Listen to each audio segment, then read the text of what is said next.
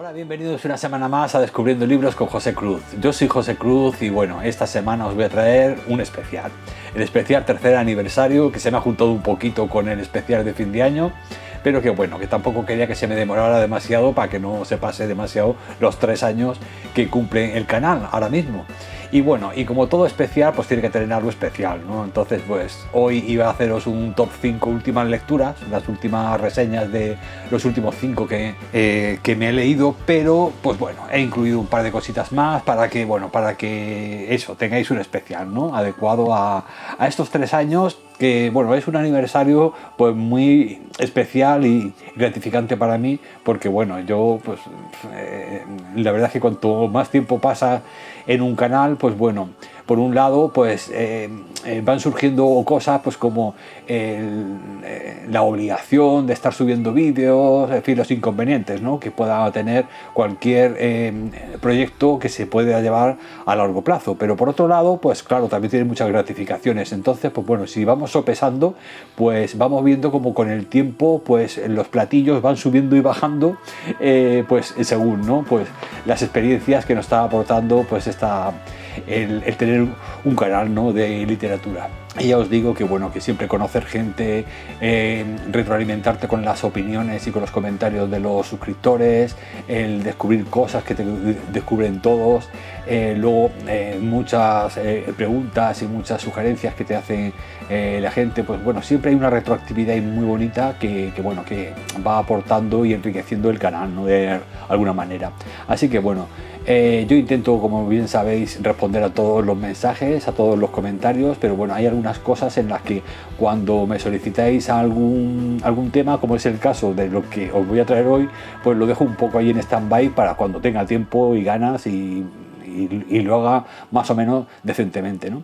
Por eso hoy sí que he incluido un nuevo apartado no, en fin, en principio será solamente hoy, pero bueno, si tiene éxito y os gusta, pues lo puedo traer también más adelante, puedo seguir hablando, ¿no?, sobre este tema que os voy a traer hoy. Y ya os digo, bueno, os voy a decir primero de qué va a ir este especial, y es que aparte de bueno, de agradeceros por supuestísimo los 3 años que lleváis conmigo, sobre todo los fieles que habéis empezado desde el principio, pues bueno, agradecer a todos los suscriptores y a todas mis compañeras booktubers que han estado conmigo, que bueno, que muchas gracias por estar ahí siempre y por apoyar de una manera o de otra, con vuestros likes, con vuestros comentarios, como también dando ánimos, ¿no?, a los booktubers, que siempre lo agradecemos mucho, pues el que el canal siga funcionando y que lo haga tan bien como hasta ahora, ¿no?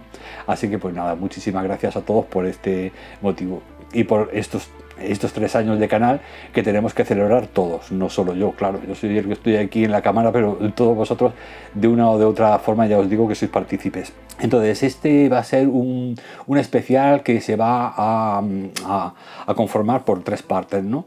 Primero, la primera parte pues va a ser esa solicitud que muchas veces me habéis pedido, y es que bueno, por el hecho de que soy escritor, de que he escrito, como sabéis, 4 libros, pues bueno, queríais que os diera algún consejo pues para poder escribir vosotros también, ¿no? Sabéis que tarde o temprano a todo el que lee mucho llega un momento en el que le entra el gusanillo de escribir, ¿no? Como me ocurrió a mí.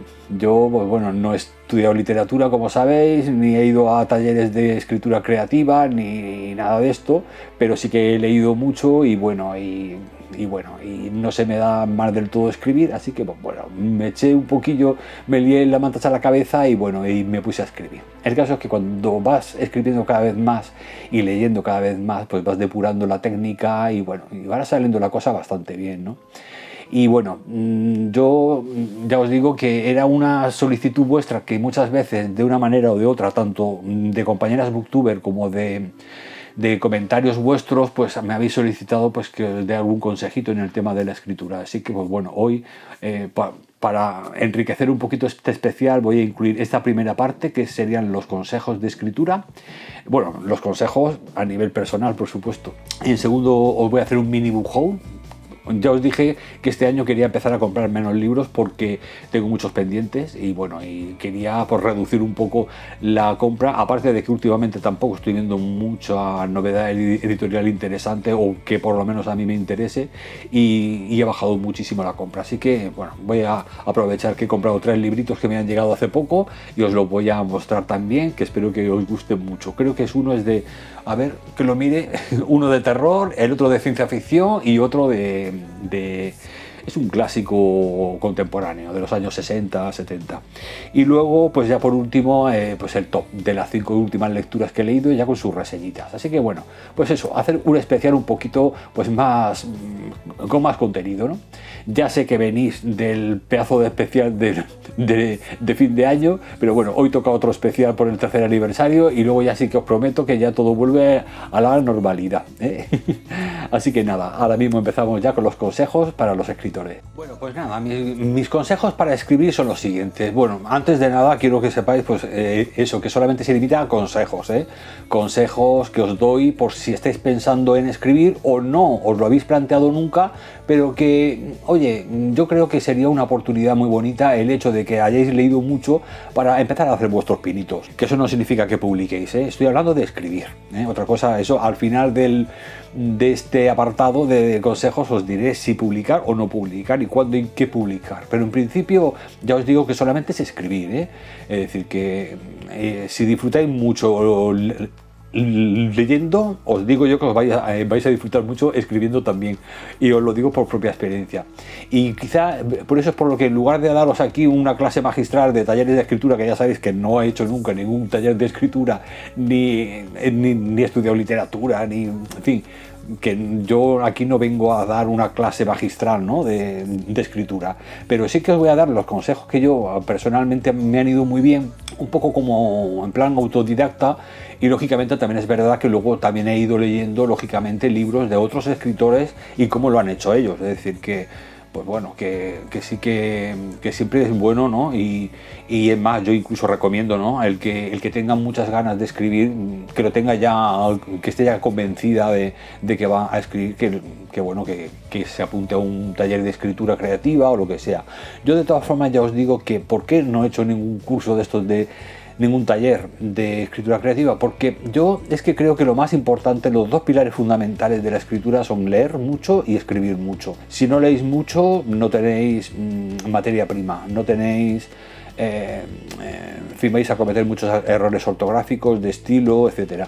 La gente que lee mucho llega a un momento en el que cuando ve faltas de ortografía, cuando ve faltas en un texto, ¡pum!, le pega un golpe en los ojos y los detecta.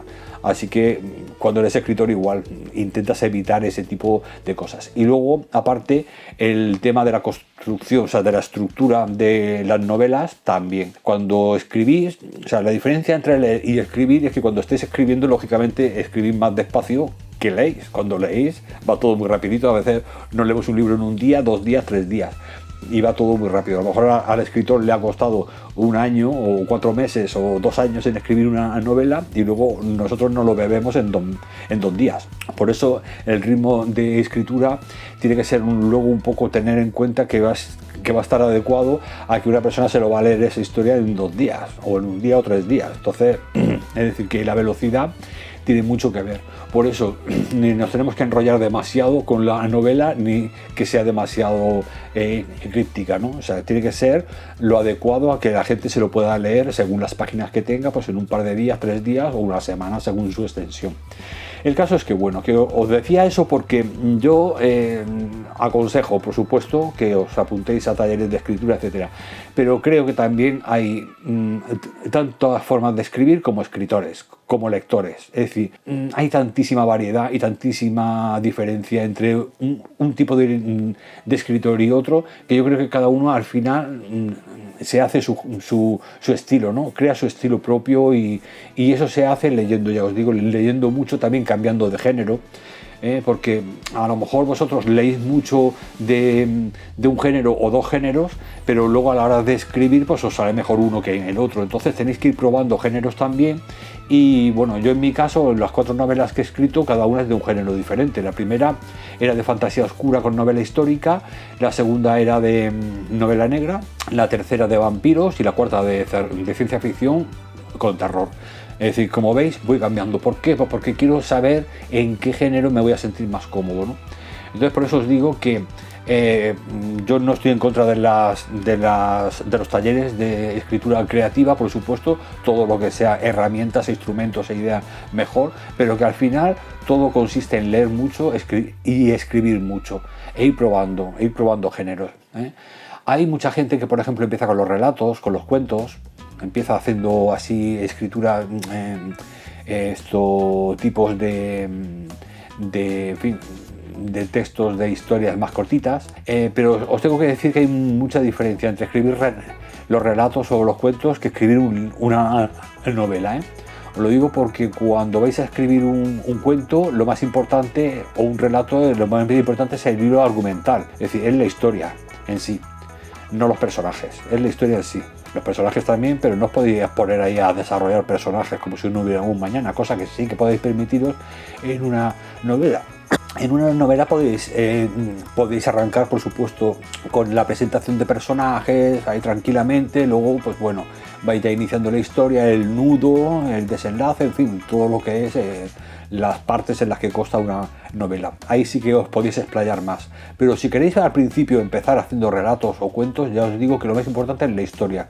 Que os surja una idea y que la plasméis y que el lector sepa, ¿no? En fin, cuál es la moraleja, ¿no? El mensaje, el sentido con el que queréis hacer ese cuento. Por eso os digo que la forma de escribir también difiere mucho, si queréis empezar con los relatos o ya directamente con novela.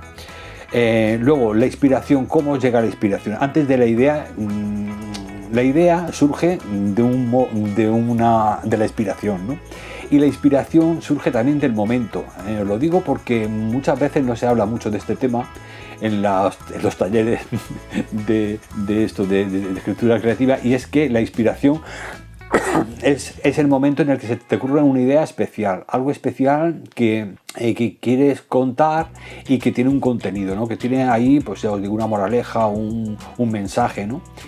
El mensaje sí tiene que surgir por sí mismo, es decir, no podéis, en fin, no tenéis que introducir los mensajes de forma implícita, sino tenéis que contar la historia y que la gente al final saque su conclusión. Es decir, que eso sería, en fin, eso es más literario que no un ensayo en el que tú ya aportas tu idea tal cual estructurada como tú quieres, ¿no?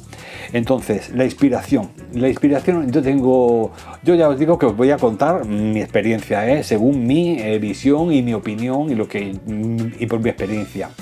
Yo normalmente las ideas me han surgido siempre en los momentos más oníricos, ¿no? ¿Eso qué significa? Pues que normalmente te suelen salir o bien de madrugada las mejores ideas, o bien de madrugada o bien cuando vuelves del trabajo muy cansado, que estás hecho polvo, que no se te, en fin, que ya no quieres nada más que cenar o tomarte un vasito de leche y irte a la cama, pues esos momentos son los mejores para la inspiración. ¿Y por qué digo eso? Porque nosotros, nuestro cerebro, sabéis que tiene pues como dos partes, ¿no? Una que se encarga de la parte más racional, más metódica, más cuadriculada, más organizada, que es la de la responsabilidad, la que normalmente está activa a tope cuando vamos a trabajar, porque tenemos unas obligaciones, unas responsabilidades, en casa también, en fin, que estamos la parte más racional, ¿no? Más consciente, normalmente suele ser la que utilizamos más. Pero luego cuando esa parte está de capa caída, cuando estamos cansados, cuando estamos ya durmiendo, etcétera, es cuando se cierra un poco esa puerta y se permite abrir la otra parte, que es la puerta de las emociones, de la creatividad, de los sentimientos, en fin, de ese mundo onírico que toda persona tiene, ¿no? O conserva, ¿no? Es más o menos desarrollada, eso ya cada persona es un mundo, lógicamente, pero yo tengo esa experiencia. Normalmente tengo que dormir siempre con el móvil en la mesita y con el Google Keep ahí preparado para apuntar en el blog de notas si de repente me viene algo para el capítulo 10, el capítulo 15, el capítulo 2. Es decir, que, porque esa es otra, cuando empecéis a escribir ya sabéis que ya no vais a poder parar de escribir hasta que no acabe la novela. Me refiero a escribir con el pensamiento. Normalmente es un 80% pensar y un 20% el escribir cuando queréis escribir una novela. Es estar pensando en esa novela constantemente hasta que no se finaliza. No podéis parar de pensar en cada parte, ¿no? en cada parte de la que va a costar esa novela, que ahora os voy a hablar de las partes, ¿no? De la escaleta, ¿no?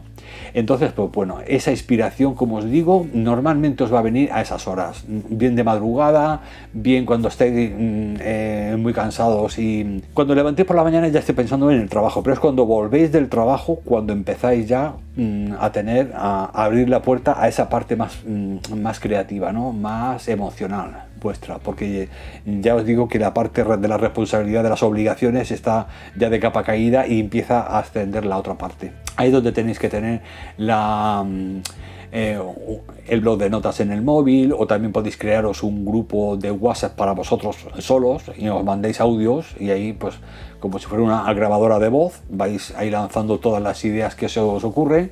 En fin, todo eso para que no se os olvide ningún detalle, porque son miles de detalles, miles de piezas de las que consta una novela, y cada una tiene que ocupar un lugar adecuado en la estructura de la novela para que tenga sentido y para que luego cuando se lo vayan a leer los lectores les impacte.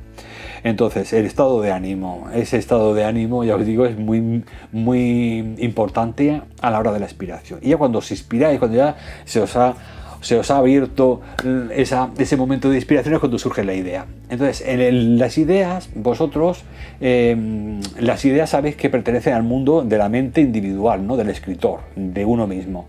Y solamente es idea, hasta que no pase al papel, sigue siendo vuestra idea, y ahí está.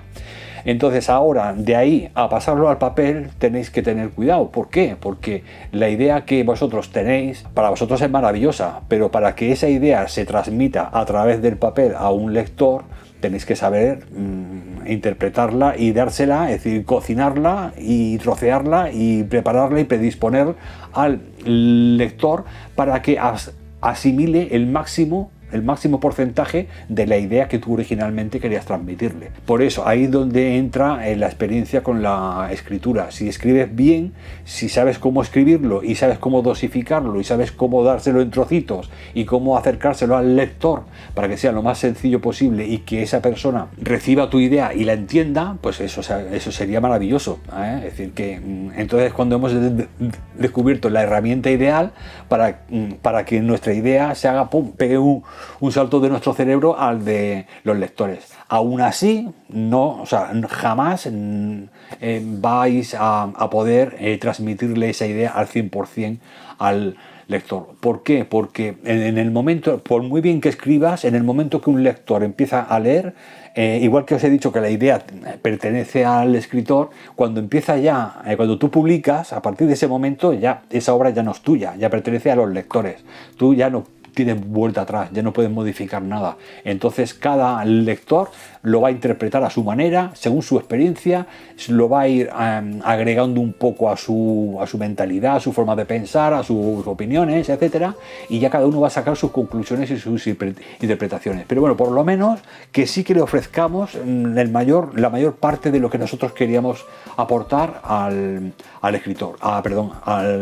lector, y para eso hay que escribir bien y hay que hacerlo bien para que, ya os digo, para que le llegue el máximo de mensaje al lector, aunque luego el lector lo haga suyo y lo interpreta a su manera, etcétera, ¿no? Pero bueno, eso ya para mí ya sería un logro, ¿no? Luego, pues probar varios géneros, como os digo. Quizá pues en los relatos, sí, en los relatos también podéis ir picoteando varios géneros. Yo de todas formas creo que lógicamente, como todo lo hace la experiencia, si leéis mucho terror os va a salir mejor el terror, si leéis mucha ciencia ficción, pues yo creo que os va a salir mejor la ciencia ficción. Yo la verdad es que en eso me gusta, sabéis que yo leo mucho de todo, ¿no? Tengo mis géneros favoritos, pero intento leer de todo porque no hay nada, creo que hay mucha escritura, por ejemplo, contemporánea, que a mí me gusta mucho, no es de género, no es de terror, ni es de ciencia ficción, ni nada de esto, pero la forma de escribir es tan bonita, tan poética, tan bien estructurada, con pocas palabras te manda mucho mensaje, que eso es la riqueza del lenguaje.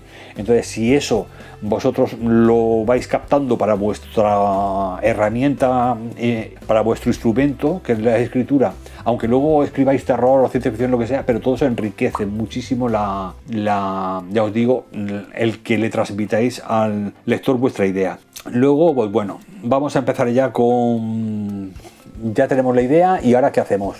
Ya sé, la historia la tengo en la cabeza. ¿Ahora qué vamos a hacer? Mirad, una idea es una idea, no es la novela entera, ¿eh? Entonces sí que es verdad que cuando se te ocurre una idea, normalmente te suele salir un principio muy bueno y un final regulinchi, o te sabes una historia así, te imaginas una historia chulísima, pero sin un principio todavía no sabes cómo va a empezar, o el final tampoco lo sabes. Es decir, nunca imaginas toda la historia por completo como va a quedar en la novela. Eso está clarísimo. Entonces, lo que sí que tenemos que hacer es que, según lo que nos hayamos imaginado, según donde esté la inspiración, donde haya empezado, tenemos que saber que luego eso tiene que ir metido en una cosa que se llama la estructura de la novela, que es la escaleta. La escaleta es como una sucesión de cajitas. Yo lo hago muy bien, de una forma muy sencillita. Yo me cojo también mi blog de notas y pongo todos los capítulos. A veces tengo prólogo, otras veces no, pero bueno, ponéis todos los capítulos del 1 al 10, o del 1 al 20, o del 1 al 30.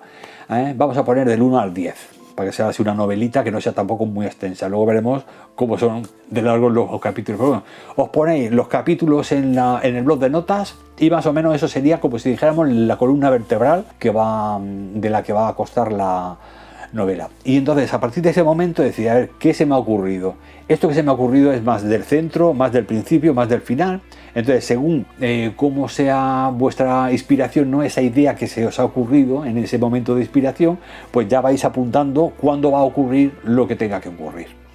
Entonces, antes de apuntarlo, tenemos que saber lo que es la presentación de personajes, o el inicio, en la presentación de la novela, el final y el desarrollo. Es decir, tenemos que saber más o menos cuál es el arco argumental principal, porque hay dos tipos de arcos argumentales. Están el principal y luego están los secundarios, ¿no? Arco argumental, pues eso es presentación de personajes o presentación de la novela, el inicio, luego el desarrollo o nudo, y luego ya el desenlace, que o muere el chico, o matan al malo, o descubren el misterio de lo que sea, deshacen el nudo, ¿no? Y ya pues ya tenemos un final, ¿no?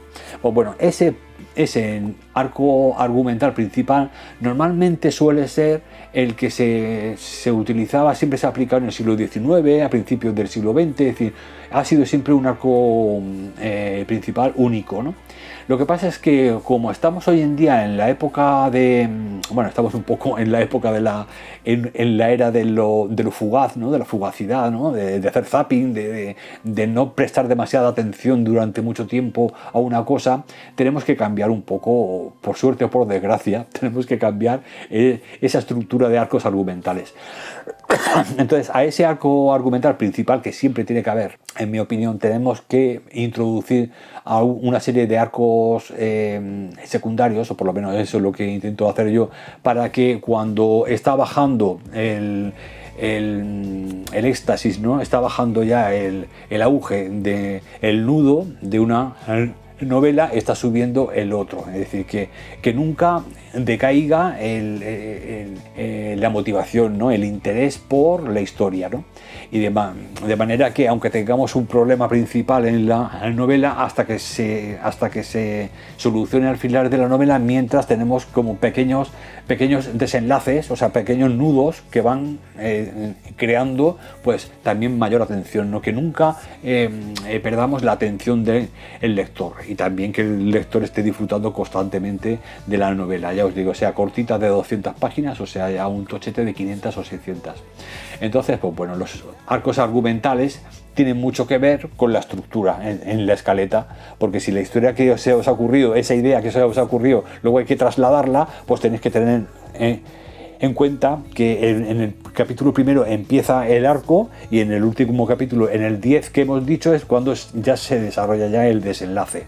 Y mientras, en medio es donde vamos creando esos pequeños arcos secundarios que van haciendo que cada vez que baja el interés por ese arco esté subiendo otro. Es decir, que siempre tengamos una historia para enlazar y para que cada capítulo que lea el lector pues tenga ganas de continuar, ¿no? El cliffhanger ese que te deja ahí con las ganas de continuar, sea por un arco principal o sea por el secundario, ¿no? Entonces, pues bueno, en la escaleta ya os digo, lo más importante de la escaleta, de la historia, porque ya os digo, aunque se os haya ocurrido una parte, luego pues tenéis que empezar a pensar cómo cubrís los huecos de lo que queda, lógicamente, para que quede siempre una novela homogénea, ¿no? Que lo más importante es que sea muy homogénea. En eso tiene mucho que ver el tiempo que tardáis en escribir. Si tardáis demasiado tiempo en publicar o en escribir una novela, podéis correr un riesgo, y es que la novela tenga un aspecto muy heterogéneo. ¿Por qué? Porque si os pegáis 4 años para escribir una novela, vosotros cambiáis. La novela no, pero vosotros, o sea, la idea original no va a cambiar, ¿no? O sí, pero lo que sí que cambiáis sois vosotros. Entonces vais a verles fallos. Es decir, vais a decir, oye, yo creo que esto así no se queda bien, yo creo que esto lo retocaría por aquí, por allá. Y vais retocando porque vosotros vais cambiando y lo que era la idea original, pues poco a poco le vais poniendo parches, y cuando acaban los 4 años eso es un Frankenstein con parches por todos lados. Y os recuerdo que los lectores se van a leer la novela en 3 días. Por lo tanto, el efecto Frankenstein, ellos sí que lo van a notar. Tú ya no, porque tú eres el que has creado, el que has cometido el error. Y por mucho que lo leas ya no lo vas a ver, pero la gente sí que va a ver que eso está lleno de parches. Ahí no hay incoherencias, ¿no? Y lo peor que se puede ver es que sea no creíble, que sea incoherente, que sean cosas así que te sacas de la manga, ¿no? Un poco como hacía la Agatha Christie, que se sacaba un Deus Ex Machina a última hora y te decía el malo así, no, eso es trampa, ¿no? Entonces tenéis que ser muy sinceros y muy honrados y muy con lo que le dais a la gente, ¿eh? No podéis pues eso, darle una cosa así en plan Frankenstein. Y tampoco podéis escribir una novela con calidad en 2 meses. Es decir, tenéis que... Yo la verdad es que, siendo sincero, escribo pues no muy rápido, pero sí muy constante, y por lo tanto yo tardo unos de 4 a 6 meses en escribir una novela. No dejo pasar más tiempo porque ya os digo, para que la idea original sea tal cual yo la concebí. Es que no pase el tiempo, que yo cambie y empiece otra vez a cambiar la historia. Entonces ya os digo, ya ahí viene el efecto heterogéneo de los trozos, los retazos, los parches, y se queda muy heterogéneo. No empieza a hacer agua en la historia por todos los lados. Así que sean lo más fiel posible a la idea original. Eso sí, pues si habéis imaginado solamente la parte de desarrollo, tenéis que empezar a pensar en un inicio o en un final, o si se os ha ocurrido un final y un principio maravilloso, pero luego el desarrollo no se os ocurre nada, pues tenéis luego que crearlo, hasta que tengamos la escaleta ya prácticamente pues ya nutrida por lo que va a tocar en cada capítulo, y luego ya lo desarrollaremos. Luego ya sabéis que están los escritores brújula y los escritores mapa. Pues los escritores mapa, por ejemplo, son los que tienen que tenerlo toda la escaleta, todo lo que van a escribir, lo tienen que tener ya todo prepensado y prediseñado, todo en la escaleta, con todas las fichas de todos los personajes, de dónde viene cada uno, sus familiares, en fin. Luego la documentación de la novela, si por ejemplo es una novela histórica, pues todo el estudio de historia de la época que va a servir de contexto a la novela, pues para que sea lo más realista y lo más fiel posible a la realidad, ¿no? Para que así sea más creíble todavía la novela. Es decir, que todo eso que se va enriqueciendo luego la novela, los escritores mapa lo tienen ya todo prediseñado, y luego simplemente cuando se ponen a escribir es solamente transcribir lo que ya han prediseñado. Yo soy brújula, yo soy del otro tipo, soy un escritor que me gusta que sean los personajes también un poquito los que elijan, no los que decidan Yo sé cómo va a ser el principio, sé cómo va a ser el final y sé cómo va a ser el argumento, ¿no?, del desarrollo, ¿no? Pero luego lo que es las decisiones, el desarrollo en sí de la novela, quiero que sea el llegar a ese final, quiero que sean el camino que cojan, quiero que lo cojan los personajes, no yo. Es como si, imaginaros que hacéis una presentación de personajes. Pues esto es como si fuera colocar las fichas de un tablero de ajedrez. Entonces, si yo pongo las piezas de ajedrez, las blancas y las negras, y juego yo solo, porque el escritor es una experiencia solitaria, pues cuando vas a mover, pues mueves, haces el movimiento de las blancas, luego te vas y piensas, te pones en el lugar de las negras y mueves. Así vas haciendo durante toda la partida. Te tienes que ir poniendo en el lugar de las blancas o de las negras. Pues esto tenéis que hacer lo mismo con todos los personajes. Entonces, claro, tenéis que diseñar personajes cuanto más diferentes entre ellos, mejor.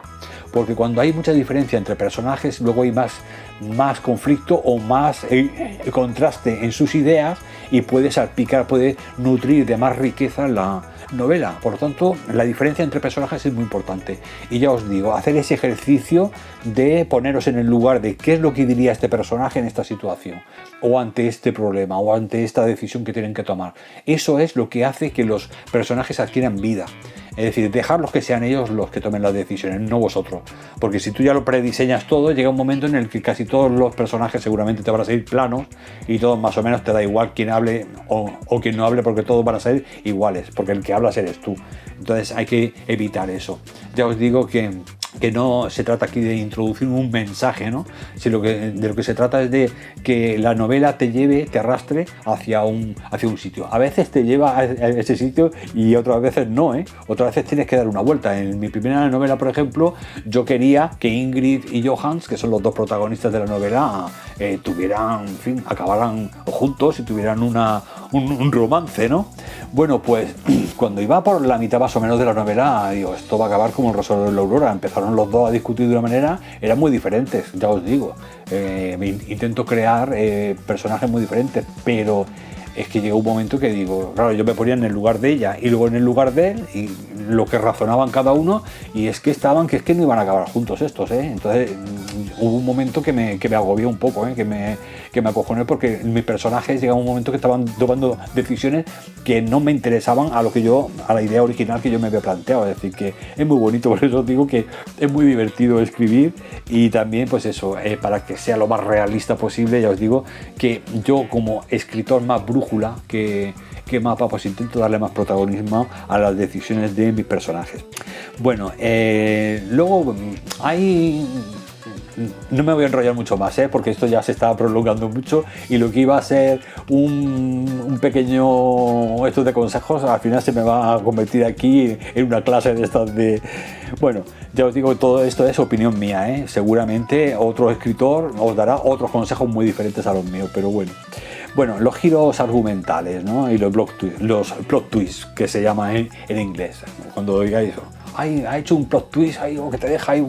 Bueno, pues los giros argumentales estos que no te esperas, ¿no? De repente, pues bueno, esos instrumentos, como igual que los cliffhanger estos, imaginaros, sabéis que está después eso de moda las series de Netflix, pues cuando os dejan al final de cada capítulo, que os dejan con el cliffhanger ahí, con el momento ese que tienes que empezar otro capítulo. Pues eso aplicado a la novela, pues sería un giro argumental, o también un cliffhanger, ¿no? Un final inesperado, ¿no? En cada capítulo, ¿no? Entonces, estos son... sí, yo lo veo muy chulo y son instrumentos que están muy bien, pero cualquier exceso en las novelas es malo. Un exceso de giros argumentales o de cosas inesperadas también te hacen que la novela pierda el que sea increíble. Por eso os digo que nunca os excedáis con instrumentos así, con plot twists así muy que hagan que pierdan la credibilidad, Da igual que sea de terror, que sea de ciencia ficción, que sea de fantasía. Tenéis que tener siempre un pie en la realidad, porque si no, el lector desconecta, no empatiza con los personajes. ¿Por qué? Porque como sabes que en cualquier momento viene un mago con una varita mágica y te soluciona el marrón, pues entonces no le quitas salchipirre al asunto. Tienes que darle mucha realidad para que cuando venga ese pequeño momento de terror, de mucho miedo, o ese pequeño momento de a ver, dame un segundo que hay un gato llamando a la puerta. Ay, ya está. Pues eso, entra Queen, entra. Pues eso, que cuando sí, lo importante es que sea increíble. Si tenéis un pie siempre en la realidad, cuando llega el momento de fantasía o de terror o de algo increíble, os lo vais a creer y os va a dar más miedo que si todo el rato estáis con los miedos, con los sustos, con los plot twists, con los giros argumentales. Llega un momento que dices, bueno, esto es, en fin, pues no. Es como mucho artificio y poca, como esas películas que vemos a veces americanas de muchos efectos especiales y pocos diálogos, pues eso. En fin, que eso no es real, o sea, eso te saca de la novela perfectamente, ¿no? Así que pues eso, no hacer demasiados giros argumentales, ser demasiado efectista. Para mí lo más importante es tener un buen inicio, un buen principio de novela. Tenéis que intentar enganchar al lector antes de la página 40, más o menos. Tenéis ya que haberlo enganchado con algo que ocurra, que diga, ostras, puede ser muy sutil o puede ser algo apoteósico, pero si es sutil, mejor. Tiene que ocurrir algo que diga, ostras, que el lector tenga que seguir para ver por qué ha ocurrido esto, ¿no? Es decir, que engancharlo siempre antes de la página 40 y luego el final tiene que ser muy bueno. Tiene que ser, ya os digo, un final adecuado al tiempo que ha dedicado el lector, sea en dinero y en tiempo, a tú. Y luego ya por último, que no me quiero exceder mucho más, tenéis que corregir muy bien la novela, sea corrección ortográfica o de estilo, porque si no lo hacéis así, vosotros tener en cuenta que hoy, pues por suerte, podemos autopublicar. Si os coge el manuscrito una editorial, bien, en fin, ya sabéis que se puede hacer, en fin, a grandes rasgos, por editorial o por autopublicación. Pero, vamos, yo actualmente me he decidido por autopublicación, paso de las editoriales. Pero bueno, si queréis publicar por editorial, sea de una forma o sea de otra, yo creo que debéis de pegarle vosotros mismos un buen repaso a la ortografía y a los errores de estilo, que bueno, por ejemplo, el que estás escribiendo por ahí a salto de mata y llega un momento en el que no lees el trozo anterior y has repetido una palabra demasiado, una redundancia, ¿no? O sea, demasiado cercana de un párrafo a otro de una misma palabra. Todo eso, o sea, para un lector ávido, bueno, lo detecta enseguida. Así que esos errores hay que evitarlos, pase lo que pase. ¿Por qué? Porque vosotros vais a firmar vuestra novela con un nombre. Puede ser un seudónimo o vuestro nombre propio, ¿no? Pero sea de una forma o sea de otra, a partir de ese momento vuestro nombre va a ir asociado a la novela que vais a publicar. Por eso os digo, vosotros escribid lo que queráis, pero solamente podéis publicar cuando realmente creáis que eso está en condiciones, que ya está bien corregido, que tiene una calidad, etcétera. Y para eso, pues hay una forma muy bonita que es tener lectores beta, que son amigos que leen mucho y que en cuanto ven una cosa que no es eso, les pega un golpe en la cara, ¿no? Y a esos 3 o 4 lectores beta vais mandándoles los capítulos a medida que lo vais escribiendo y ellos os van también ya a corregir muchas cosas que nosotros como escritores no lo vemos, ¿eh? Por mucho que lo leamos ya no lo vamos a ver, el error, porque estamos dentro del error, nuestra mente está dentro del error y ya no ve la construcción rara que hemos hecho, pero los lectores externos, objetivos, sí que nos van a decir, José, pégale un vistazo a este párrafo que parece que no suena bien. Entonces cogen, lo van mirando y ya tienes, cuando lo acabas la novela ya la tienes prácticamente corregida. Luego empiezas con tu proceso personal de corrección y te cuesta menos. Entonces eso es muy bonito, porque ya os digo que cuando decidáis publicar, sea por autopublicación o sea por editorial, vuestro nombre va a ir unido a la calidad de esa obra. Como esa obra antiguamente no te gustaba una novela y no se enteraba nadie, la tirabas a la basura o se la regalabas a algún enemigo, pero hoy en día te ponen valoraciones en Goodreads o en Amazon o en todas las redes sociales y te hacen polvo. Como escritor tú ya no vuelves a publicar jamás. Como la gente vea que tienes una estrella o 2 estrellitas o incluso 3 estrellitas de media en tu Goodreads o en tu en tu Amazon, ya no te van a comprar el libro, porque hay tantísimos libros que, bueno, busca la gente un mínimo de 4 estrellas para arriba. Entonces ya os digo que es muy importante que no publiquéis hasta que no tengáis una calidad aceptable, mínimamente aceptable, y que vosotros, por supuesto, estéis orgullosos con vuestra obra.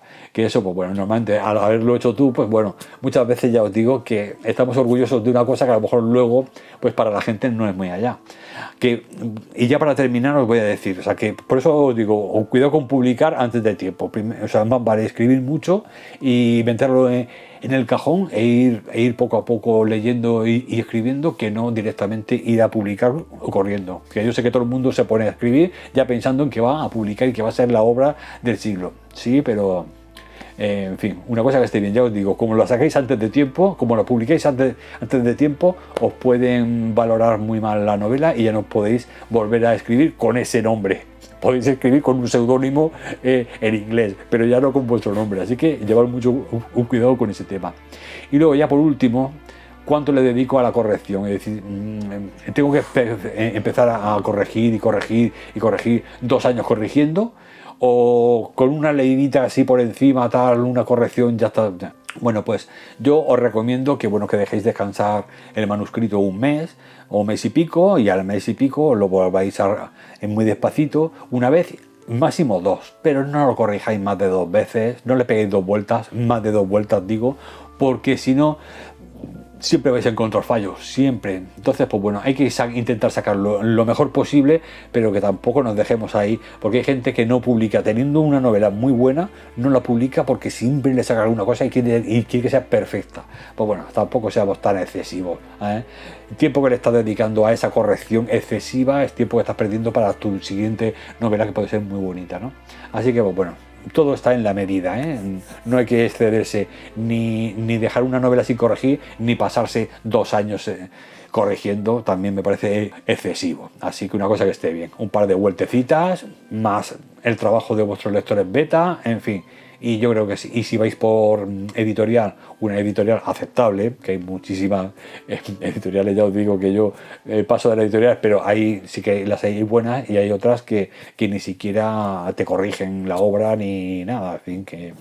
Así que bueno, yo lo voy a dejar aquí, porque llevo ya 36 minutos con esta os consejos, y lo que iban a ser 4 consejitos, 4 pinceladas, al final, fijaros, una clase de estas os he metido, soy muy pesado. Así que nada, ahora vuelvo con el mini book haul, con los libros que me han llegado últimamente a casa. Bueno, pues antes de empezar con el mini book haul que os voy a traer, que son 3 libritos nada más, ya os digo que estoy comprándome un poquito últimamente. Os quiero recordar que si estos consejos os han gustado, pues bueno, si queréis o estéis interesados en que, o tenéis alguna preguntilla que hacerme o lo que sea, me lo decís, y bueno, y puedo hacer más adelante pues algún otro vídeo pues relacionado con el tema de la escritura, ¿vale? Vosotros me decís, si os ha gustado, me decís, mira José, haz más vídeos de estos, o mira, tengo esta duda o esta otra, me vais preguntando en temas relacionados con la escritura, y yo pues en mi modestia, ya os digo que soy un escritor un poco autodidacta, pues os diré cómo lo suelo hacer yo. Bueno, pues os voy a traer ahora, ya os digo, 3 libros. El primero de terror, una recopilación de relatos de terror del famoso Iván Turgeniev, que a mí me encanta, ya sabéis que es un autor ruso clásico del 19, de finales del 19, que me encanta, y es en esta edición Akal, preciosa, se llama Clara Milic, que es uno de los relatos, y otros relatos de terror. Este libro que os traigo aquí, que es una maravilla. Este hombre ya sabéis que era muy europeísta y que escribía también aunque pertenecía a una clase más o menos aristocrática a nivel, pues tenía terrenos, ¿no? Tenía haciendas agrícolas, pero era un hombre que tenía bastante compromiso social, ¿no? Con las clases más desfavorecidas. Y aquí nos relata con estos relatos de terror, que según él su objetivo simplemente es dar miedo, pero no por eso no deja de ser muy realista. Es decir, es un autor que siempre utiliza cualquier tipo de género para meter el realismo y criticar, pues hace crítica social de las desigualdades que en su época del zar pues se vivía en Rusia. Así que aquí vamos a encontrar personajes de esto que os he comentado muy diferentes unos de otros y todos con problemas y con temas sociales, y te los un poco introduce en un ambiente así onírico, de terror, de suspense, y siempre salpicado con esa realidad, ese contexto realista social, ¿no? Así que bueno, me parece que va a ser una recopilación muy chula. Luego, por otro lado, os traigo a Alberto Moravia, que es un autor italiano que sabéis de los 60, 70, que me encantó también. Creo que también escribía en los 50, perdón. Bueno, nació en el 1907 y falleció en el 90. Y bueno, este hombre, ya os digo, se ha hecho muchas películas de sus novelas, y es un hombre pues que bueno, también era muy realista, en la época de Federico Fellini, de ¿cómo se llamaba este director tan bueno? Bueno, el Pierpaolo Pasolini, en fin, toda esa época de los 60, 70, que hablaba mucho de la realidad social posguerra, Segunda Guerra Mundial, que sufrían la población más humilde de Italia, ¿no? Y también nos mete un poco en la Dolce Vita, ya cuando empieza ya a despegar industrialmente Italia, a recuperarse económicamente también las nuevas clases burguesas que iban surgiendo de allí, esa forma un poco de glamour, ¿no?, que iban surgiendo. Así que, pues bueno, vemos esos contrastes, y esta novela, aquí tenemos dos novelas cortitas, que sería Agostino y La desobediencia. Las dos novelas que compone. Yo iba buscando la de Agostino, pero cuando vi esta obra con dos novelas, dije, pues la voy a adquirir, digo, porque así ya pues, por lo menos por el precio de una tengo las dos. Así que nada, os la traeré prontito también. Ya os digo que os he traído de Alberto Moravia varias cosas. Y ya por último, una obra de ciencia ficción de Paul Lynch, que se llama El cantar del profeta, que es esta obra de Alfaguara, que también tiene una pintaza increíble. Este ha sido premio Booker 2023. ¿Y de qué va esta obra? Pues bueno, os lo voy a leer así un poquillo, porque bueno, a mí me ha llamado mucho la atención. La escritora Colum McCann dice: hace muchos años que no leo un libro que me haya sacudido de manera tan intensa. Las comparaciones son inevitables: Saramago, Orwell y McCarthy, el de La carretera, de Road. Pero esta novela se sostiene por sí sola. Una noche oscura y lluviosa, Ailís Stack abre la puerta de su casa de Dublín. Bueno, el autor creo que no nos lo he dicho, es irlandés, y se encuentra a dos agentes de la policía secreta. Están allí para interrogar a su marido, un sindicalista que ha participado en manifestaciones recientes. La casa, la familia y el país de Ailís, que Ailís conocía y en los que confiaba, están a punto de desmoronarse.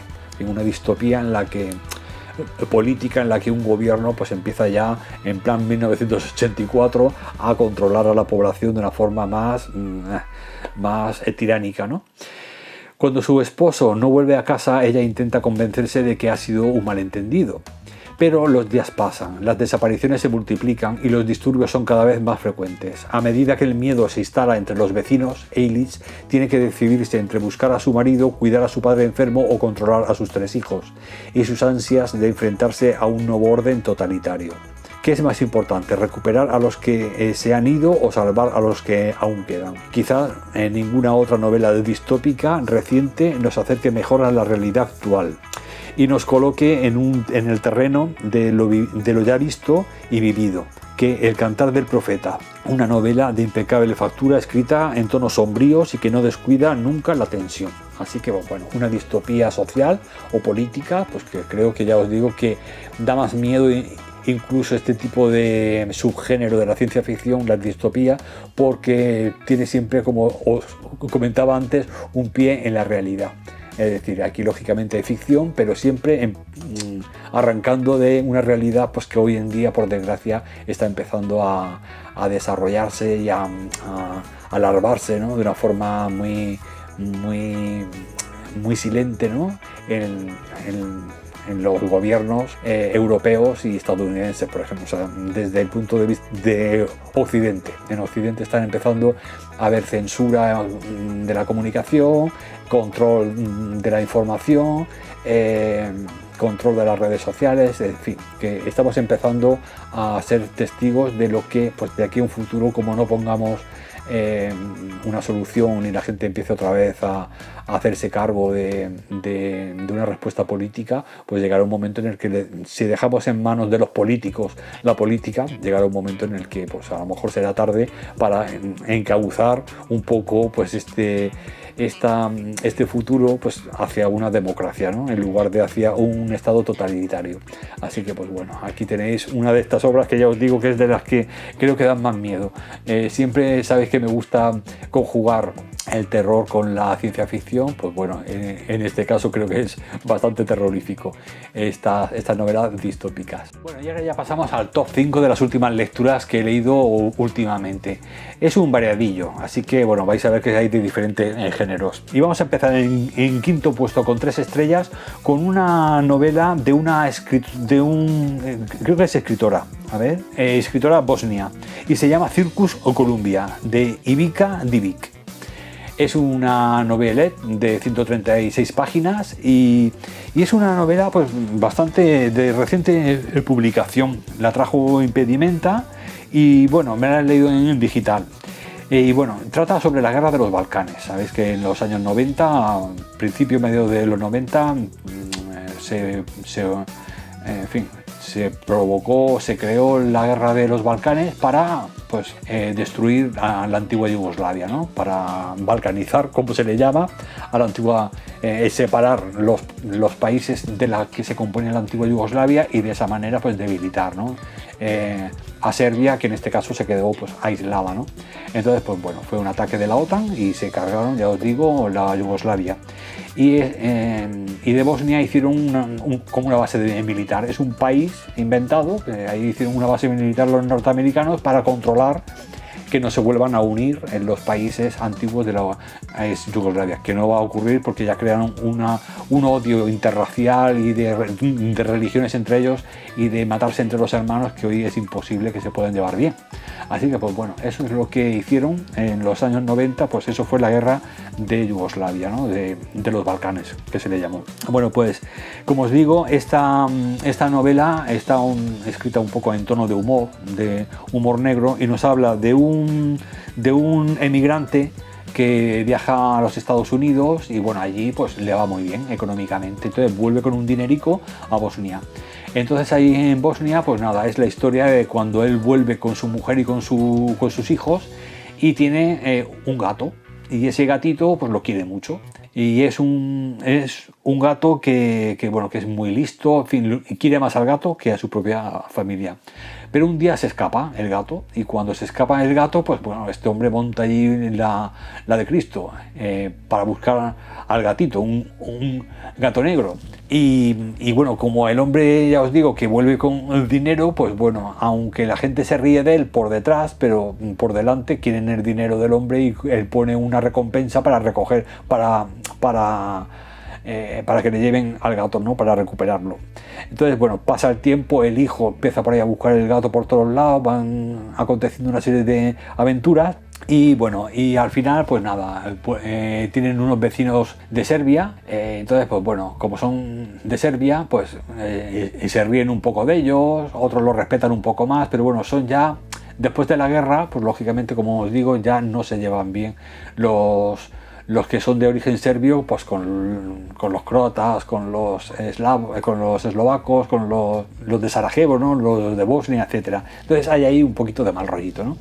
Entonces, pues bueno, esto, pues ya os digo, es una novela que está escrita un poco en plan de humor, pero yo la verdad con lo que ocurrió allí me parece un poco desagradable, ¿eh? No me ha gustado, sobre todo por eso, porque aunque está muy bien escrita, por eso os digo que le he dejado en 3 estrellas. Y como novela de humor, pues sí, se puede leer y está bien, pero bueno, siempre y cuando pues no te acuerdes de que aquello fue un crimen, ¿no? Lo que se hizo con aquellos pueblos, ¿no? De cómo se enfrentaron los hermanos, los vecinos, se mataron entre ellos porque crearon las fuerzas estadounidenses, las europeas, Occidente, pero sobre todo los Estados Unidos, creó allí, pues igual que están creando ahora revoluciones de colores y cosas así.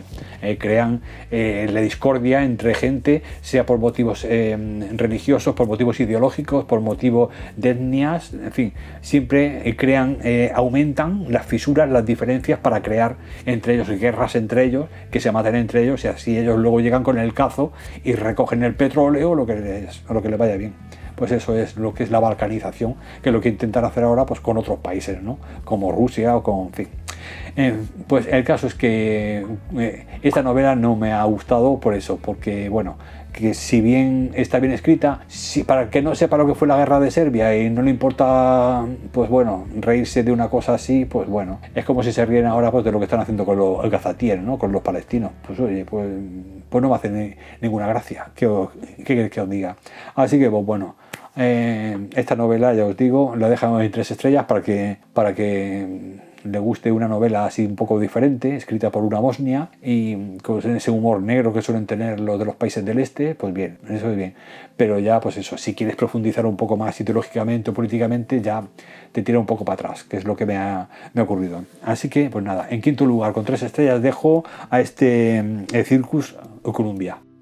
Bueno, en cuarto puesto, y también con 3 estrellas, una opinión que creo que va a ser impopular, y es porque os traigo a Virginia Woolf con La casa hechizada.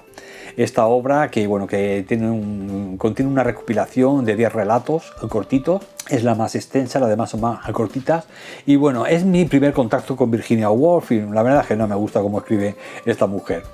Reconozco que escribe muy bien, pero bueno, pues sí, te habla de casas encantadas, pues de cosas así, sobre todo más psicológicas que así de tema de fantasmas, ¿no? O algo así paranormal. Entonces, pues bueno, sí, está bien y tal, pero ya os digo que es una forma de escribir así un poco como de flujo de ideas, ¿no? De flujo de conciencia, una forma de escribir un poco que así como le viene va escribiendo. Entonces, no sé, no es el estilo de escritura que a mí me guste. Así que, pues bueno, sé que es una autora muy conocida, que bueno, que tiene mucho valor, ¿no? Ha escrito, dicen, bueno, El Faro y La habitación propia y todas estas, dicen que están muy bien. Pero bueno, yo ya os digo que mi primer contacto con estos relatitos que he adquirido, esta edición tan bonita de Eneida, no me han atrapado, la verdad. Así que bueno, la dejo con 3 estrellas porque reconozco su calidad de la escritura y sé que muchos lectores sí que os gustará, pero a mí no es el estilo de escritura que me gusta. Es muy psicológica, lógicamente, porque el flujo de ideas coge a un protagonista y ese protagonista es el que empieza a relatarte todo lo que ocurre, pero desde una paranoia un poco suya y no sé, no sabes lo que es real, de lo que es imaginado y a mí ese tipo ya os digo que a mí me gusta mucho que tenga siempre un pie en la realidad, y bueno, y me gusta que sea un narrador omnisciente, que sea más objetivo, ¿ya? Que óptica un poco separada, ¿no? del desarrollo de la novela. Y en este caso no, es un protagonista el que está narrándolo todo y encima un poco así, sin un orden ni un concierto, sino así como le van viniendo las cosas. Entonces, pues bueno, llega un momento que te satura un poco y te cansa un poco la forma de escribir, porque estás todo el rato intentando ver por dónde va, que se te escapa, no sabes por dónde te va el hilo y es un esfuerzo extra que bueno, que es como si escribiera para ella, no escribe para los lectores. Entonces, pues bueno, ese tipo de escritor, el tipo de escritor de mi preferencia. Así que, pues bueno, lo dejamos en un cuarto puesto con 3 estrellas. Bueno, en tercer lugar, y ya con 3 estrellas y media, este está mucho mejor, os traigo un ensayo de un autor de ciencia ficción argentino, pero que está viviendo en Estados Unidos, es profesor de universidad en los Estados Unidos de literatura, y se trata de Michel Nieva. Y nos trae, bueno, de Michel Nieva ya os traje una obra de ciencia ficción suya, que a mí me encantó, me gustó mucho, y bueno, y ahora ha escrito, bueno, luego escribió otra novela más, que creo que la tengo todavía pendiente de leer, y este pequeño ensayo, que sí me lo he leído ya, que es muy interesante, que se llama Ciencia ficción capitalista, cómo los multimillonarios nos salvarán del fin del mundo. Este pequeño ensayo, que es una maravilla porque la verdad es que esto sí, ¿veis? Esto sí que es un ensayo, aquí sí que puedes desplegar toda tu forma de pensar y todo lo que quieras sin ningún tapujo. Y es que este hombre, ya os digo, que al ser también profesor de literatura pues y estar especializado en el tema de la ciencia ficción, pues está muy empollado, ¿no? De por qué y cómo pues, ha surgido la ciencia ficción capitalista y de dónde han surgido muchas de las ideas que hoy en día los grandes magnates, ¿no? De la tecnología estadounidense se están influenciando y se están basando para sus próximos proyectos, ¿no? Para arrancar un poco de dónde se origina el momento actual donde vivimos hoy en día en cuanto a ciencia ficción, tenemos que arrancar cuando cayó la Unión Soviética. Cuando cae la Unión Soviética en el 91, pues bueno, la parte occidental, Estados Unidos sobre todo, y Inglaterra. En Inglaterra sabes que está la City, que es el núcleo financiero de Londres, y luego tenemos en Estados Unidos Wall Street, que es como si dijéramos el corazón del neoliberalismo estadounidense. Pues tanto uno como el otro dijeron, bueno, ya no tenemos a nadie que nos enfrente en el mundo, así que a partir de ahora somos los reyes del mundo unipolar, y en lugar de las reglas, de las normas de la ONU, pues empezaron a aplicar unas nuevas que son el orden mundial basado en reglas, que son las reglas de los Estados Unidos. Es decir, que empezaron a pasar de la ONU y de todo lo que se votaba en la ONU, ya pasaban antes, pero bueno, ahora más todavía, de lo que opinaran los países del tercer mundo y en vías de desarrollo, y ellos inventaron una nueva ONU, que era su forma de ver la vida y lo que iban a imponer su forma de vivir a partir de ese momento. Entonces se impone, ya os digo, el nuevo orden basado en reglas.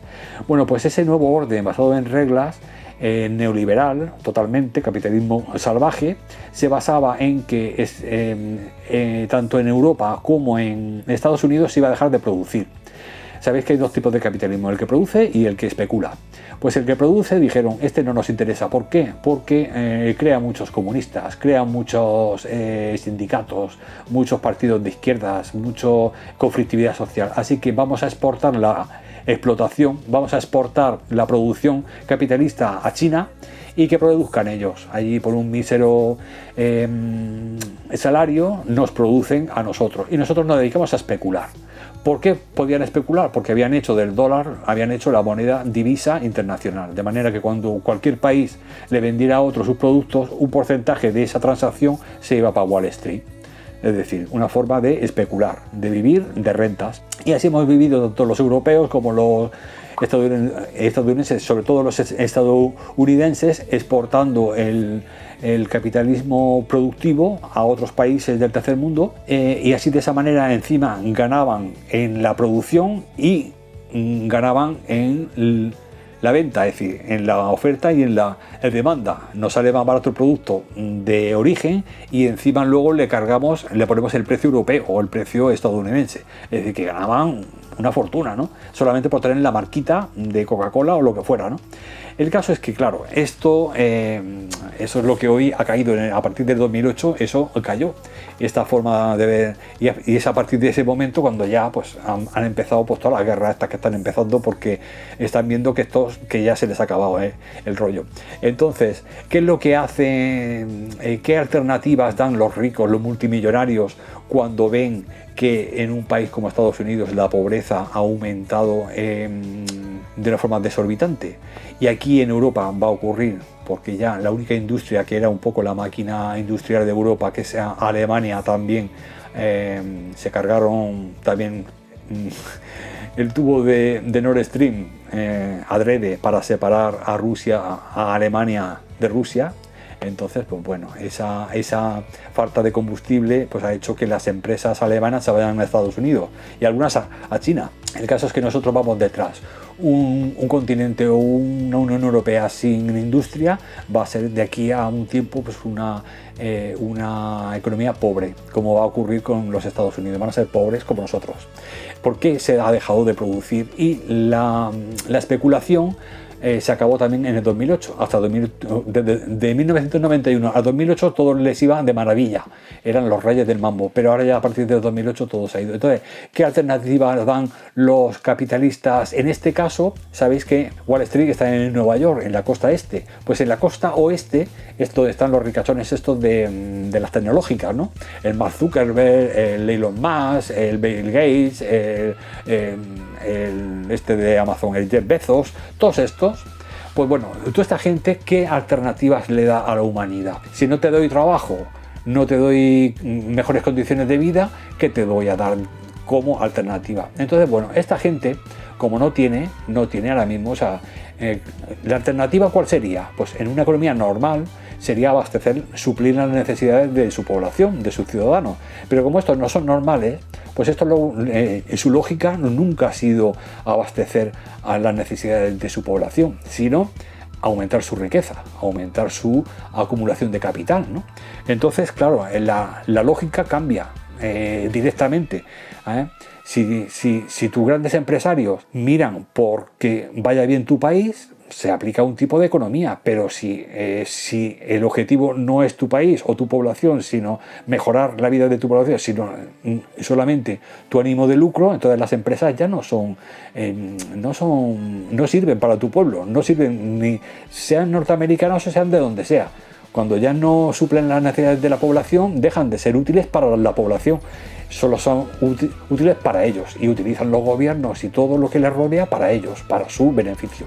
Por eso es por lo que las locuras que están surgiendo de las ideas, de las cabezas de estos multimillonarios, las expresa aquí Michel Nieva de una forma muy chula, muy interesante. Y es que, bueno, esta gente, los multimillonarios estos de las tecnológicas, también leyeron ciencia ficción, ¿no? En su juventud, en los 80, en los 70, en los 80, en los 90, según la edad que tengan.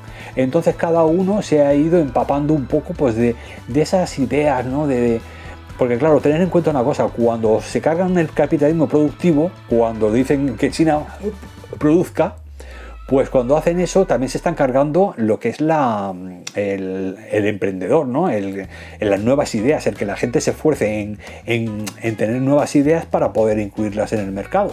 ¿Por qué? Pues porque aquí ya sabéis que te vaya bien o te vaya mal, te van a crujir un impuesto, aunque no estés ganando. Es decir, que no es un impuesto sobre beneficios, sino es un impuesto por tener una empresa. Es decir, que ya desde el principio te están cortando las alas. Por lo tanto, todo es muy... no está, ya os digo, no está razonablemente constituido, ¿no? Todo para que funcione bien. Entonces, han dejado de tener ideas para aportarle, para ofrecerle a la gente.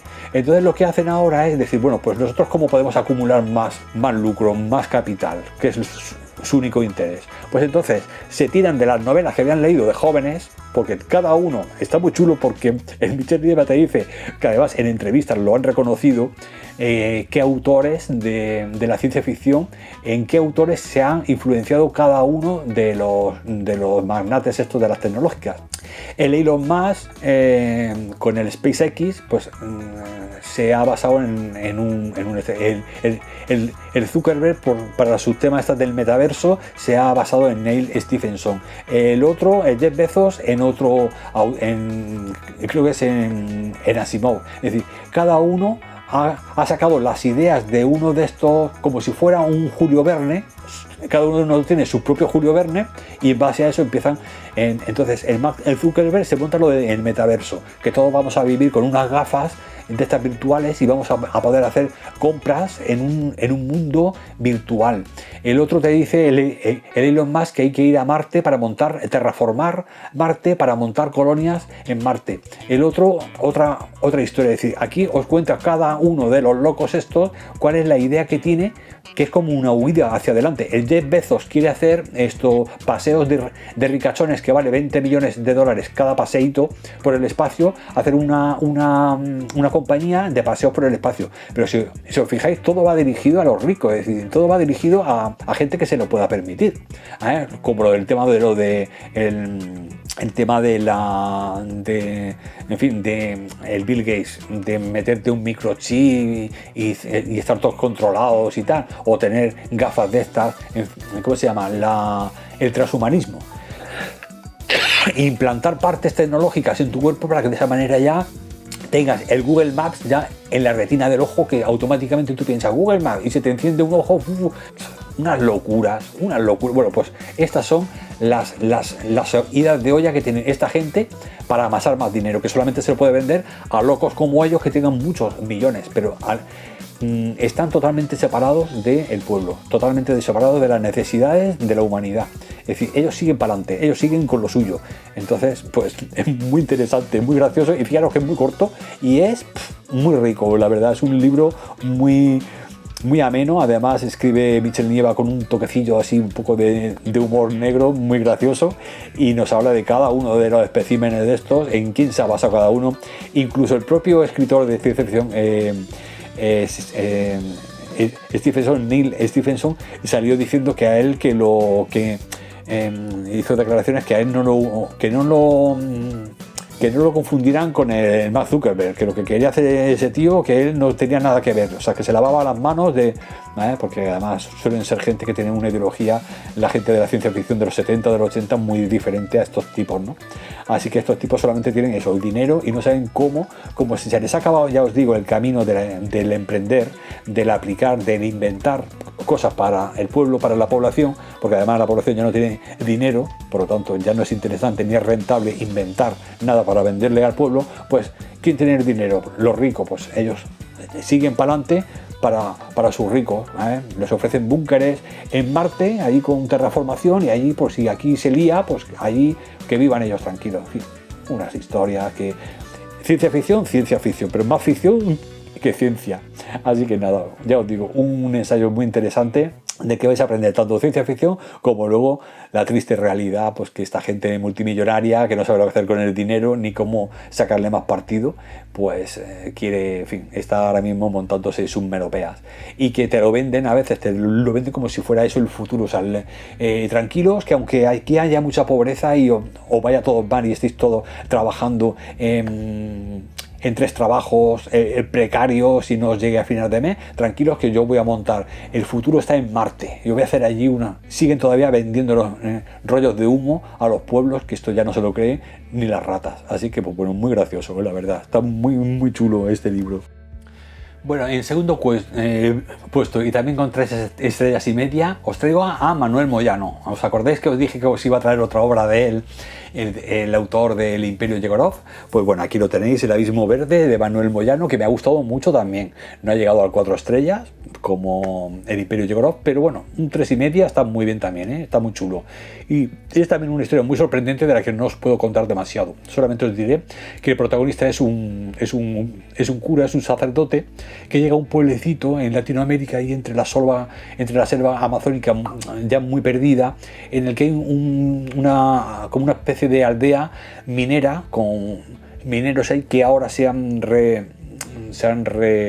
reciclado y ahora se dedican a cortar árboles, ¿no?, para una maderera. Y cuando llega allí, pues bueno, se encuentra pues que acababa de fallecer el sacerdote que había escrito aquella aldea, y él es el sustituto. Y va conociendo a todos los personajes, y hay un misterio que va a tener que resolver junto a un amigo suyo, alemán, un poco extraño, un poco estrambótico, pero bueno, ya os digo que os va a mantener enganchado. Y además, con la pluma que tiene Manuel Moyano, igual que en el Imperio Yegorov, no vais a poder dejar de leer. Es muy cortita esta novela y os la aconsejo mucho, 166 páginas. Os la aconsejo mucho, ya os digo, luego el misterio que tiene, lo que se encuentran, luego es muy chulo, muy interesante. No digo que es de terror, más de aventuras que de terror, pero tiene su puntito, de decir, ostras, esto no me lo esperaba yo. Así que muy chulo. Os lo recomiendo, que lo leáis sí o sí. De Manuel Moyano ya os dije la última vez en el Book Haul que no es muy prolífico, pero las poquitas novelas que ha publicado, la verdad es que las 2 que me he leído hasta ahora me han encantado las 2, así que es creo que es cordobés el chico, es un escritor que os recomiendo muchísimo. Sobre todo voy a empezar, por ejemplo, sobre todo con el Imperio Yegorov. Y nada, y este también os lo aconsejo muchísimo. En segundo puesto, El Abismo Verde, que es muy chulo, de aventuras y un puntito de terror. Bueno, y ya Y ya por último, y el único 4 estrellas, y en primer lugar, por supuesto, y la joya de la corona de esta semana, es Las dos ancianas de la autora Belma Wallis. Belma Wallis es una autora india, americana, afincada en Alaska. Y nos habla de las dos ancianas. Bueno, es una historia creo que se desarrolla a principios del siglo XX, a mediados del siglo XX. Y nos habla de las costumbres de una tribu india de la zona de Alaska, y la historia de dos ancianas que viven con ellos, con esta gente. Bueno, pues ese invierno es muy crudo y es un invierno en el que la tribu empieza a pasar hambre. Nunca esta tribu se había caracterizado porque, a diferencia del resto de tribus indias, no había abandonado nunca a sus ancianos. Pero esta vez se plantean el abandonar a estas dos ancianas porque es tanto el hambre que están pasando que prefieren prescindir de las ancianas, dejar que mueran ahí solitas y bueno, y ellos seguir por ahí buscando caza o algo de comer, algún tubérculo o algo para poderle dar de comer a la tribu. Bueno, pues va a ser la historia de las dos ancianas desde que las abandonan en el asentamiento porque ellos iban cambiando, ¿no? O sea, esta tribu era nómada, entonces según en qué estación, pues se iba más al norte o se iba más al sur cuando llegaba el invierno y más al norte cuando llegaba ya la primavera o el verano. Entonces, para buscar caza, y abajo para buscar por lo menos vegetales que no estén bajo la nieve, ¿no? Fría, ¿no? Así que está muy chulo. Me parece una historia preciosa. Las dos ancianas tienen que sobrevivir, las dos con artrosis, pero no son muy mayores. Es decir, dentro de lo que hay una más mayor que la otra y más miedosica, pero hay una que es muy espabilada y sobre todo la mantiene en pie el orgullo. Dice que los han abandonado después de haber estado aquí con ellos, porque ya también trabajaban, hacían cosas con las pieles y les preparaban la carne y todo pero dice, ahora nos abandonan, dice, cuando hemos estado toda la vida aquí, porque están dentro de lo que son ancianas, pero son pocas que alimentar, pero son ancianas de estas que se mantienen bien, además con muchos conocimientos. Entonces, pues bueno, esta va a ser la historia de estas dos ancianas, de lo importante que son los conocimientos de los ancianos, de cómo creemos que podemos prescindir de ellos cuando son nuestra herencia cultural, y que bueno, y que en un sistema, por ejemplo, moderno como el nuestro, pues bueno, podemos tener alternativas, pero en una tribu que todo es oral, es decir, toda cultura se transmite de forma oral y práctica, es decir, con la experiencia, enseñar a los nietos cómo se hace esto, cómo se hace lo otro, pues es muy importante no dejar atrás a las personas mayores, es decir, a tu herencia cultural, porque si no pasa luego lo que pasa. Y por esto es por lo que os recomiendo muchísimo esta novela, es preciosa. Me ha encantado y la verdad es que la he leído en digital, no la he encontrado en papel, pero bueno, os la recomiendo que os la leáis porque es una maravilla. No es muy corta, o sea, no es muy larga, creo que no sé cuántas páginas tiene. Bueno, como es en digital no he visto las páginas, pero el mensaje, el contenido y luego que os tienen enganchados porque, en fin, van surgiendo cosas que hacen que estés constantemente a ver que no les pase nada a las abueletas, ¿no? Así que está muy chulo y luego pues bueno, el final súper chulo. Así que esta os la recomiendo, es la joya de la corona de esta semana, con 4 estrellas, de esta autora, ya os digo, que yo desconocía, una autora indoamericana de Alaska, Belma Wallis, y que me ha parecido una joyita. Bueno, y ya con este último libro ya me despido, que me he enrollado, nada más que con el rollo del escritor, de los consejos para los escritores, ya con eso ya podría haber hecho un vídeo entero, así que creo que este se me va a disparar, se me va a subir más de 1 hora, así que pues, lo siento mucho por vosotros. Pero bueno, desde que han inventado el ibuprofeno y el paracetamol no hay excusa. Os lo podéis ver incluso en trocitos, en 2 o 3. Como ahora subo un vídeo cada 15 días, os lo podéis pampanear. Así que pues nada. Muchas gracias por estar ahí, espero que os haya gustado. Gracias de nuevo a todos mis suscriptores por haberme aguantado durante 3 añazos enteros, que esto es para mí es una cosa impensable, el estar tanto tiempo con tanta gente aquí viéndome todos los días, o sea, todos los días, todas las semanas, cada 15 días ahora. Es una maravilla ver cómo la gente ve mis vídeos, les gusta mucho, en fin, tengo siempre muy bellas palabras hacia mi trabajo, hacia mi esfuerzo, y por lo tanto, pues bueno, eso es lo que más me gratifica, es eso, ¿no? Así que pues nada, daros las gracias y nada, y nos vemos dentro de 15 días. Creo que, a ver, no sé si os voy a decir, si queréis os voy a adelantar, creo que a ver de qué va a ir el próximo vídeo de terror. Prepararos, porque Rubén, te lo digo a ti, prepárate, porque la semana que viene no, de aquí a 15 días el próximo especial es un especial de terror que ya os digo que viene chulo, viene, bueno, por lo menos el primer puesto es una pasada, creo que os va a gustar mucho, así que bueno, pues eso, nos vemos dentro de 15 días. Un abrazo, lectores, y nada, y que espero que hayáis empezado bien el año, que ya esté la cosa más tranquila después de tanta fiesta. Venga, un abrazo.